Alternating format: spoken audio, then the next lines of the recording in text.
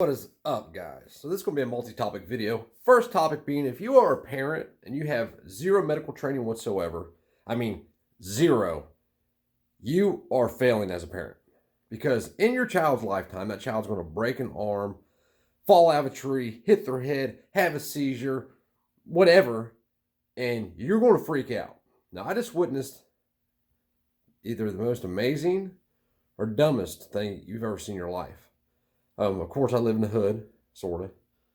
Not really, but sort of. It's like the upscale hood. This is Indian Hill, the hood.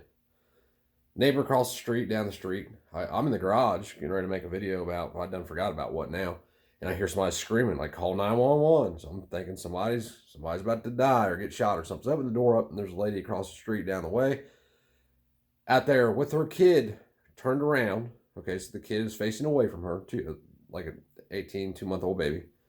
And she's got, I'm not shitting you, she's got her fingers down this child's throat to the point that the child is literally throwing up on her.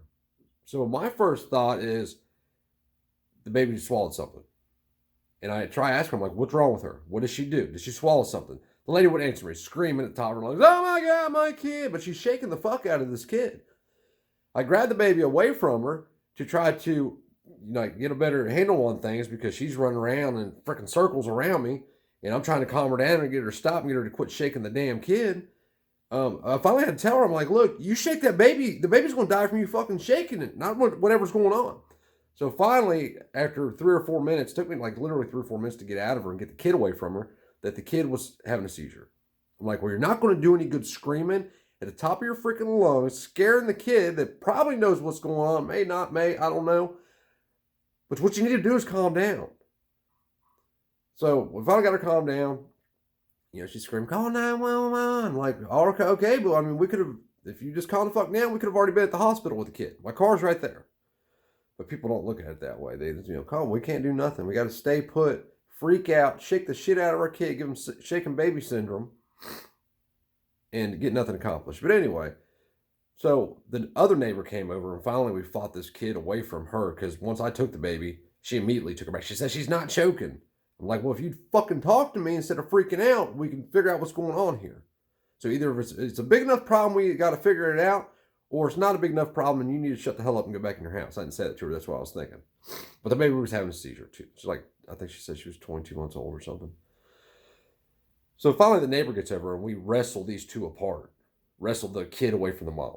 Because I'm like, she's going to kill this baby. Like, I'm not shitting you. She was shaking the fuck out of this kid. I forget her name now, but she was screaming her name, shaking the hell out of her. So finally, this bigger woman that lives down the street, I want to say bigger because she was big enough to get in between everything that was going on. It was the weirdest shit I've ever seen in my life. You're asking for help, but because I don't have a badge on or some lights on top of my ambulance, you don't think I can help you. But that's cool.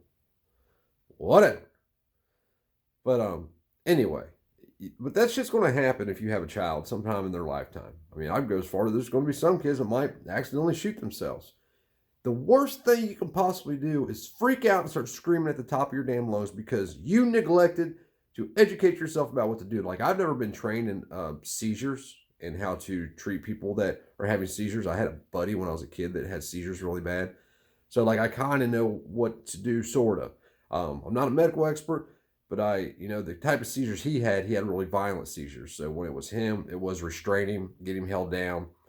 But the last thing you want to do is stick your finger in a kid's mouth down his throat to where it's throwing up on you. And like literally that was happening. I'm not being funny about that. And like I don't even understand it behind. I get like the myths behind like swallowing tongues and shit. The only way your kids are gonna swallow their tongues is if they bite it in half and swallow it. And if they do all that, kind of meant to be. Maybe not. I mean, maybe there's a reason for it. There wasn't one that I know. Like I said, I'm not trained in that, but I do know enough to know not to shake the fuck out of your kid. Your kid's not a damn refrigerator. When it breaks, you kick it to make it get going again. And that's not really the way you fix refrigerators either. You don't take a hammer to electronics. You don't shake the shit out of your kid. I need to go do some seizure classes now that I think about it. I need to find somebody that does. I need to do like a paramedic class. That'd be pretty good. Maybe I should do that. But like get some, like if anything, Christy is good. Christy freaks out like that. Like she would start shaking the shit out of the kids. or turn her head and hand them to me or something. But like once I get her on track, she'll do what I ask her to do. You know, like just the gunshot dude, she was freaking out. Like, you gotta stop. We got to do this. Like, we got to do this thing, or this dude's probably going to die. But we can keep him from dying if we just stay calm and do it. You know, the human body is pretty resilient. I mean, to all kinds of things: gunshot wounds, breaks, trauma, head injuries, back breaks, pelvis breaks. I mean, there's a lot you can do to a body, and you have time. I mean, I know like sometimes seconds count, but in the vast majority of injuries, you have time. You need to use that time to your advantage by staying calm, not freaking out. And that's what people tend to do. But it goes to that there's somebody else. Call 911. Why do you got to call 911? You take care of it. Let's get it taken care of. And if you feel like we need to take her to the hospital, we will, which we probably do because she had a seizure for some reason. I don't know why. I don't know the baby's history. Don't know if it's a normal thing. I don't know. I left. As soon as I see the paramedics, I waved them into the driveway. And it was like, I live on a cul-de-sac, so I'm like a couple houses down from this cul-de-sac. So they didn't park in front of the house and jump out to help the child that was now in the woman's hands. Not the mom, but the other neighbor. They drove up to the cul-de-sac. I'm not shitting you. They must have took 60 seconds turning that big ass truck around the cul-de-sac.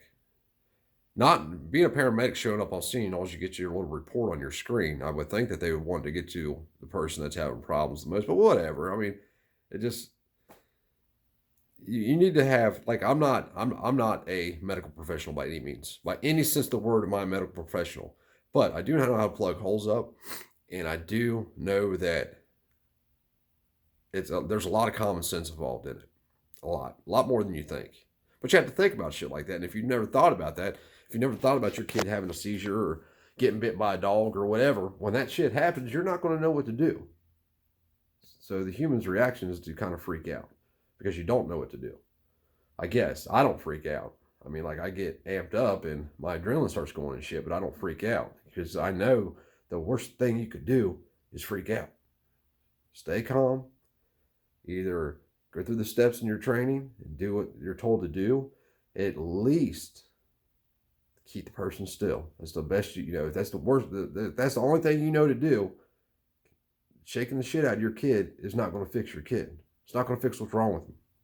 Screaming at them is only upsetting the child if the child can hear you or understand. I don't know. I don't know enough about seizures to know. I'm sure there's some that you can and some that you can't. I know when Che would have seizures, like he would, it'd be like you'd be in a boxing match with that dude. He would sit up and literally start swinging. If you were anywhere close, your options were to get hit or hold him down so he don't break everything, within a 6-foot radius. I don't know. Never ends in the hood, man. Boys in the hood are always on. Who remembers that? Anyway, we see all this shit coming. So, second topic of the video. We see all this shit coming at us from, the sky's falling. They're taking guns. Hey, we know that shit. Here's what you need to do. You need to buy what you can now, and who gives a fuck? Who cares?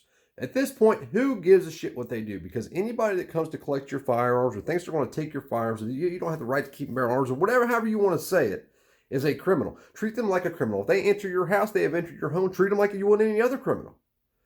We've been conditioned to believe that because somebody has a uniform and a shiny star on their chest, that they are, they have the golden pass to violate people's rights when they don't. They don't. Now, if you choose that route, like if you were to choose to carry a gun and not have a permit in your car or whatever, you have to follow through. Because when you don't follow through, it empowers the criminal. Like if I stood at my door with an airsoft gun and said, don't come in here and steal this money. I got this cash I got laying right here. But I let you walk right by me and take it and leave. And while you're in there, you see the other pile of cash. Guess what you're going to do? You're probably going to come back for the other pile of cash. Now, if you enter the home and I hit you with an airsoft, you're not going to come back for two reasons. Number one, because the airsoft will kill you. That's what they're coming after next, guys. They're coming after our airsoft guns. Crossbows. Get you a crossbow, too. Crossbows are pretty cool. They're pretty cool. They're nice. There's a lot of people that really know how to use them. But anyway, don't carry a gun. What I'm saying is don't say, I'm not getting a permission slip, and then you carry a firearm, and then you let somebody take you to the cage or take that firearm from you. Like, once you take that stance, you're in the fight. Because when you don't, it only empowers the criminals. That's what it does. Anyway, get some medical training, people. I don't have enough. I need more. I might just go take a class now that I'm thinking about this. At least, like, I know they give out free classes sometimes, some places. I need to do more. I need more medical training. Like, I don't have enough. I have a limited amount that I can plug holes and I can stop some bleeding. That's about it. Not very much more. I'm not a medical professional. This isn't medical advice. I'm not a lawyer either. I do play a lawyer though on YouTube sometimes. I don't know. Have a good day, guys.